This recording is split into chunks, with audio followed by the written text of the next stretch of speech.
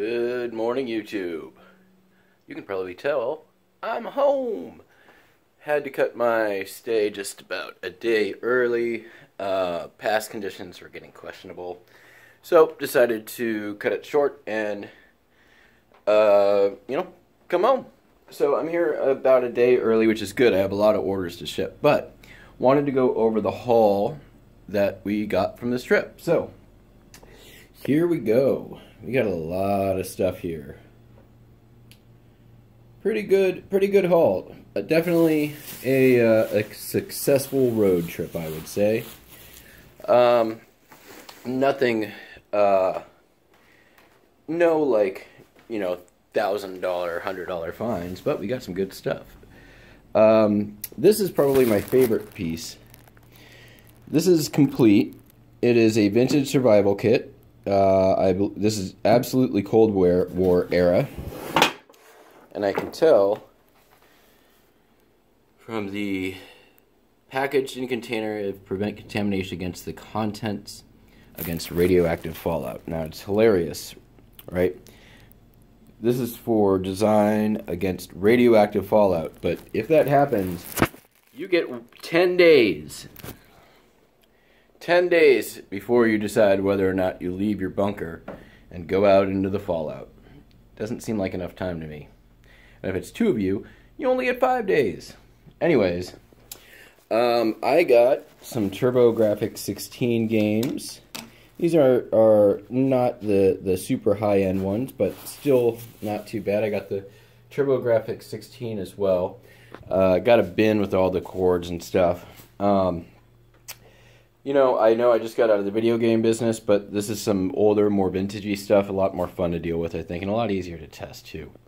You can see over there, also got a stack of some video games, as well as some GameCube games. Back over there is some Lionel trains. A lot of this stuff has been in a barn for a few years on a farm. Barn on a farm. So, with that said, some of it's dusty. It's going to need cleanup. Nothing's too bad, though. I'm not too worried about it. One of my favorite things from there is this here shopping reminder. Never been used. Very cool, like, tiki girl thing in its original box. It's been there for, 60 years. The box is thrashed, but it did its job. It protected the item. I love me some old vintage staplers. And then some stuff I picked up at the antique mall. So, another kind of along that same lines as the shopping list. This one's cool, gonna be nice in a man's cave. Only costs $3. I know I can probably get $20 for that all day long. I've done really well with that kind of stuff.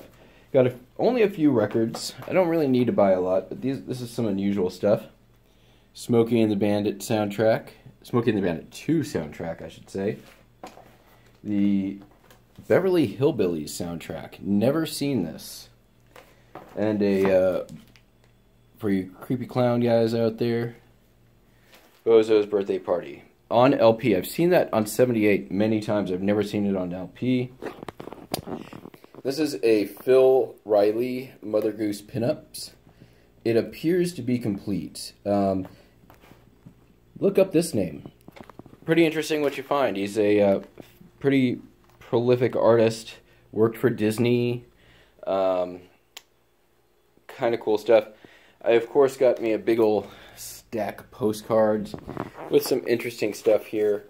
I try to pick up any military ones I can. This one is super cool. You probably recognize the Big Eyes and the Keen. What you probably don't recognize is that the studio and the artist is the fake Keen. So, fascinating story. If you've ever seen the movie Big Eyes, you know what that's all about. This is a race course in Los Angeles, the Hollywood Park. Got a really cool looking military. These guys are pointing guns right at the camera, which is interesting. And the lens flare almost makes it look like somebody just shot. So yeah, got some really good stuff. And generally when I'm in an antique mall like that, I am paying a little bit more per card. So these are probably in the range of, you know, anywhere from like 25 cents up to the high end $3. All in at the farm, I paid around $300 for all the video game stuff. Part of paying up there is he's got a lot more stuff coming, and he's going to just start putting stuff aside for me. And the next time I'm out there, there's going to be more stuff waiting for me. So he's got some great vintage typewriters. He's got some, just a ton of really cool old stuff. And I just, you know, I'd rather just make sure that is a good relationship, and happy to pay up for a friend of mine. So some neat ephemera. Here's a Order of the Eastern Star Matron's Night program. I got some die cut stuff. Got a whole bunch of stereo cards. Tons of them there were cheap, like 25 cents a dollar. I've done really well with putting those up in the like $10 to $15 range. These are good always if you can get them cheap. You know, if you can get them for, you know, $1 or less a piece, I would say pick them up regardless of content, because even in a lot, you can usually lot them up, you know, in around lots of like 10 or 20 for about $2 a piece. Oops, upside down. And they're easy to list, easy to ship, easy to store, don't take up much room. So, you know, I got 1, 2, 3, 4, 5, 6, 7, 8, 9, 10, 11 right there. Paid $11 for them. If I sell one of them at 15, I'm in the profit already, right?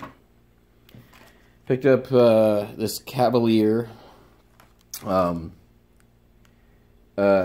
cap. It was a buck, so figured I might as well pick up a new car part. That's always good. Picked up this guy. So I'm gonna just kind of poke this in.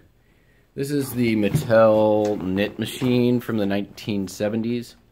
It is not a lot of them out there. It doesn't have the original box or anything, but every single one that goes up on eBay sells. So I would call it a bolo if I thought you might find another one in the wild, but based on how many I've seen online, I don't think it's super likely you'll find them. So, but you never know. I picked up a bunch of these handhelds here. This one's the Highlight, the 1995. Paid $1 each on those. The 95 one sells for about $35, and I'll probably end up lotting the rest. And then finally, this is a Tyne box. Scandinavian, handmade, very, very nice. A lot of people use these as sewing boxes, but they are a traditional wedding box. They're used in wedding ceremonies. Every single one of these I've sold. They're good money. I paid up for this one about $15. I think I'm probably going to get around $60 for it is my best bet. So pretty happy with that. And I did get some other video game systems that I'm not really going over here. I don't think it's super interesting. You guys know what video games are. You saw my GameCube, you saw my TurboGrafx, yada yada yada. Big deal. Video games. Everyone gets them. So that's about it. Let me know how you think I did. All in for everything we saw today, and there is some additional video games and other items. I spent around $500 on inventory for the whole road trip, and then expenses, gas, food, lodging, all of that stuff, probably around another $200. All that, of course, is expensable as business expense, since I was on the road for business. So thank you very much for watching. Glad to be home. I'm going to be going live here in just a little bit. Probably, if you're watching this video, I may already be live. So thanks again for watching, and we'll see you on the next one.